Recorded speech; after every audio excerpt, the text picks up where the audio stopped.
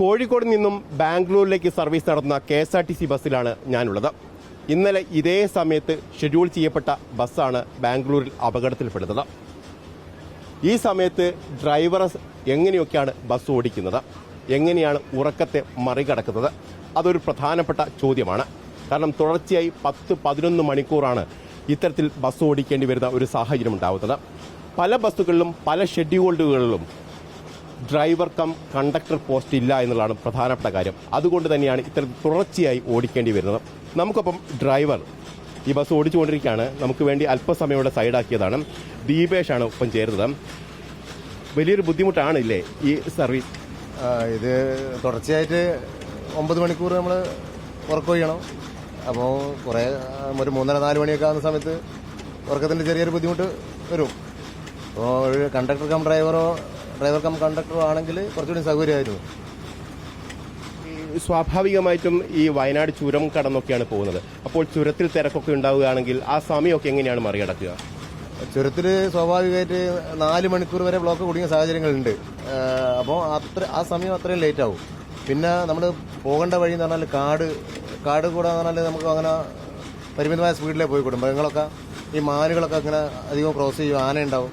അപ്പോൾ നമ്മളെ കേരള ബോർഡർ കഴിഞ്ഞാൽ വീണ്ടും ഗോണിക്കുപ്പ എന്ന് പറഞ്ഞ സ്ഥലത്ത് അവിടെ നമ്മളെ ഇതുപോലെയല്ല, നിറയെ ഹമ്പുകളാണ്.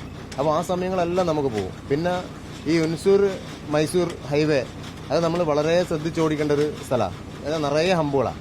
അപ്പോൾ അവിടെയൊക്കെ സമയങ്ങൾ ഒരുപാട് പോകും. പിന്നെ നമുക്ക് ഒരു ഈ 4:30 മണി ഒക്കെ ആവുന്ന സമയത്ത് ആണ് നമ്മൾ മൈസൂർ എത്തുക. പിന്നെ അവിടുന്ന് 2.5 മണിക്കൂർ ഓട്ടമുണ്ട്. യാത്രക്കാർ മിക്കവാറും ഉറക്കത്തിലായിരിക്കും ഒരു 2 മണി സമയം കഴിഞ്ഞു കഴിഞ്ഞാൽ. കണ്ടക്ടറും സാധാരണ ഇതിൽ ഉറങ്ങി പോകാറാണ് പതിവ്. ആ സമയത്ത് എങ്ങനെയാണ് നിങ്ങൾ ഉറക്കത്തെ മറികടക്കുന്നത്? ഉറക്കത്തെ മറികടക്കാൻ ഞാൻ എൻ്റെ നിലവിലുള്ള കണ്ടക്ടറോട് ഞാൻ പറയാൻ എന്താ വെച്ചാൽ, എന്തെങ്കിലും നിങ്ങൾ ഇരുന്നോ അല്ലെങ്കിൽ റെസ്റ്റ് എടുത്തോ, ഞാൻ ആവശ്യമുള്ളവരെ വിളിക്കാം. പുള്ളിനെ ഞാൻ ആവശ്യമുള്ള സമയത്ത് വിളിച്ചു കഴിഞ്ഞാൽ പുള്ളി എണീറ്റ് എൻ്റെ അടുത്ത് വരും. ഒരു ചായ വാങ്ങി കൊണ്ടുതരും. പിന്നെ മൂപ്പര് കുറേ കഥകളൊക്കെ പറയും. അങ്ങനെ ഉറക്കത്തിന് അയാൾ നല്ല രീതിയിൽ സഹായിക്കുന്നുണ്ട് നമ്മളെ. നേരത്തെയുള്ള ബസ്സുകളൊക്കെ 5 വർഷത്തിൽ താഴെ പ്രായമുള്ള ബസ്സുകളായിരുന്നു. പക്ഷേ ഇപ്പോഴതൊരു 10 വർഷം വരെയൊക്കെ ഉള്ള പ്രായമുള്ള ബസ്സുകൾ ഇത്തരത്തിൽ ദീർഘദൂര സർവീസിന് ഉപയോഗിക്കപ്പെടുന്നുണ്ട്. അതും ബസ്സിൻ്റെ ഒരു ഫിറ്റ്നസും പ്രശ്നമാവാറുണ്ടോ? ബസ്സിന് അത് നിലവിൽ 5 വർഷമായിരുന്നു ഉള്ളത്. ഈ കൊറോണയ്ക്ക് ശേഷം പിന്നെ സർക്കാർ ഇത് നീട്ടിക്കൊടുത്തതാണ്. അപ്പോൾ മുൻകാലങ്ങളിലൊക്കെ ഇത് ഡീലക്സ്, സൂപ്പർ ഫാസ്റ്റ് എല്ലാ വണ്ടികളും 5 വർഷം വരെ ഉപയോഗിക്കാറുള്ളൂ. ഇപ്പം അത് കൊറോണ വന്നതിന് ശേഷം സർക്കാർ നീട്ടിക്കൊടുത്തതിൻ്റെ ഭാഗമായിട്ടാണ് ഇപ്പം 10 വർഷമായിട്ടുള്ള ബസ്സുകളുള്ളത്. ഈ രാത്രി സമയത്തൊക്കെ ബസ് കാട്ടിലൊക്കെ ബ്രേക്ക് ഡൗൺ ആയാൽ എന്താണ് ചെയ്യുക?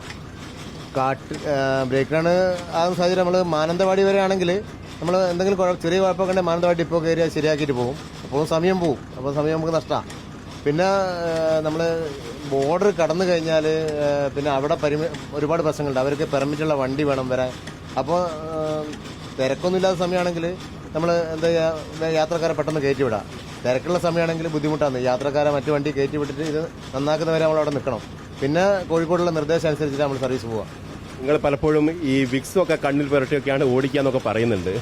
ഇല്ല, ഞാൻ അങ്ങനത്തെ കാര്യങ്ങളൊന്നും ഉപയോഗിക്കില്ല. ലഹരിയോ വിക്സോ അങ്ങനത്തൊന്നും ഉപയോഗിക്കില്ല. പിന്നെ അത്യാവശ്യം ഈ പുളി എരിവൊക്കെയുള്ള മുട്ടായികളുണ്ട്, അത് ഇങ്ങനെ വായിലിട്ട് ഉറക്കം വരുന്ന സമയത്ത് കഴിക്കും. എത്ര കൊല്ലത്തെ ഇതുണ്ട്, പരിചയമുണ്ട്? ഞാൻ KSRTCയിൽ വന്നിട്ട് 10 വർഷമായി. അതിനു മുമ്പേ മറ്റ് ടൂറിസ്റ്റ് വണ്ടികളോ മറ്റതൊക്കെ ആയിട്ട് ഓടിച്ച് പരിചയമുണ്ട്, ഹെവി വണ്ടികൾ. ഇതിലിപ്പം 10 വർഷമായി. ഇപ്പോൾ പുതിയ കണ്ടക്ടറാണല്ലോ കൂടെ ഉള്ളത്, അദ്ദേഹത്തിന് പരിചയമുണ്ടോ?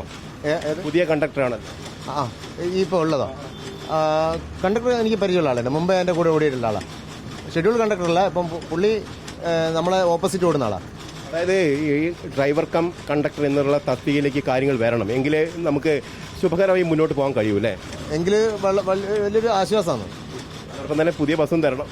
പുതിയ ബസ് കിട്ടിയാൽ അതിലും വലിയ ആശ്വാസം. ഏതായാലും അവർക്ക് കുറച്ച് പരിമിതികളുണ്ട് പറയുന്നതിന്. പക്ഷേ അവർ പറയുന്ന കാര്യം വസ്തുതയാണ്. കാരണം പഴയ ബസ്സാണ്. ഈ കാട്ടിലൂടെയൊക്കെ ഓടുന്ന സമയത്ത് അത് വലിയ തരത്തിലുള്ള പ്രതിസന്ധി ഉണ്ടാക്കുന്നുണ്ട്. അതോടൊപ്പം തന്നെ യാത്രക്കാരൊക്കെ ഉറങ്ങിക്കിടക്കുന്ന സമയത്താണ് താങ്കൾ ഇപ്പോൾ പലപ്പോഴും വണ്ടി ഓടിക്കേണ്ടി വരുന്ന ഒരു സാഹചര്യം ഉണ്ടാവുന്നത് എന്ന് തന്നെയാണ് പറഞ്ഞത്. എങ്ങോട്ടാണ് പോകുന്നത്? താമരശ്ശേരി. എവിടേക്കാണ്? താമരശ്ശേരി. ബാംഗ്ലൂർ പോകുന്നതാണോ? അതെ, ബാംഗ്ലൂർ പോകാം. എത്ര മണി അവിടെ എത്തും? രാവിലെ ആകാൻ നേരത്തെ എത്താൻ മതിയാവും. 5-5:15 അവിടെ എത്താൻ മതിയാവും. മഴയാണ്, നല്ല മഴ ഉണ്ട്. പറഞ്ഞ ആവശ്യങ്ങളല്ല, അപ്പം പോകാണ്ടിരിക്കാൻ പറ്റില്ലല്ലോ. ഏതായാലും ശുഭയാത്ര. ഇവരൊക്കെ പലരും ബാംഗ്ലൂരൊക്കെയാണ്, മറ്റു ചിലർ ഇടയ്ക്ക് ഇറങ്ങാനുള്ള ആളുകൾ തന്നെയാണ്. ഏതായാലും ബസ് ഡ്രൈവർ പറയുന്നത് പഴക്കം ചെന്ന ബസ്സുകളാണ്. അതോടൊപ്പം തന്നെ ഡ്രൈവർ കം കണ്ടക്ടർ തസ്തിക വരികയാണെങ്കിൽ കുറെ കൂടി ഗുണകരമായി മുന്നോട്ട് പോകാൻ കഴിയും എന്നൊരു ആത്മവിശ്വാസം കൂടിയാണ്. അത് സർക്കാർ തലത്തിൽ പരിഗണിക്കേണ്ടുന്ന വിഷയമാണ് എന്ന് തന്നെയാണ് അവർ പറയുന്നത്. ഏതായാലും ബാംഗ്ലൂരിലേക്ക് പോകുന്ന KSRTC ബസ്സിൽ നിന്ന് KV മഹേഷ് കുമാറിനൊപ്പം reporter AK Abhilash, in reporter, Kozhikode.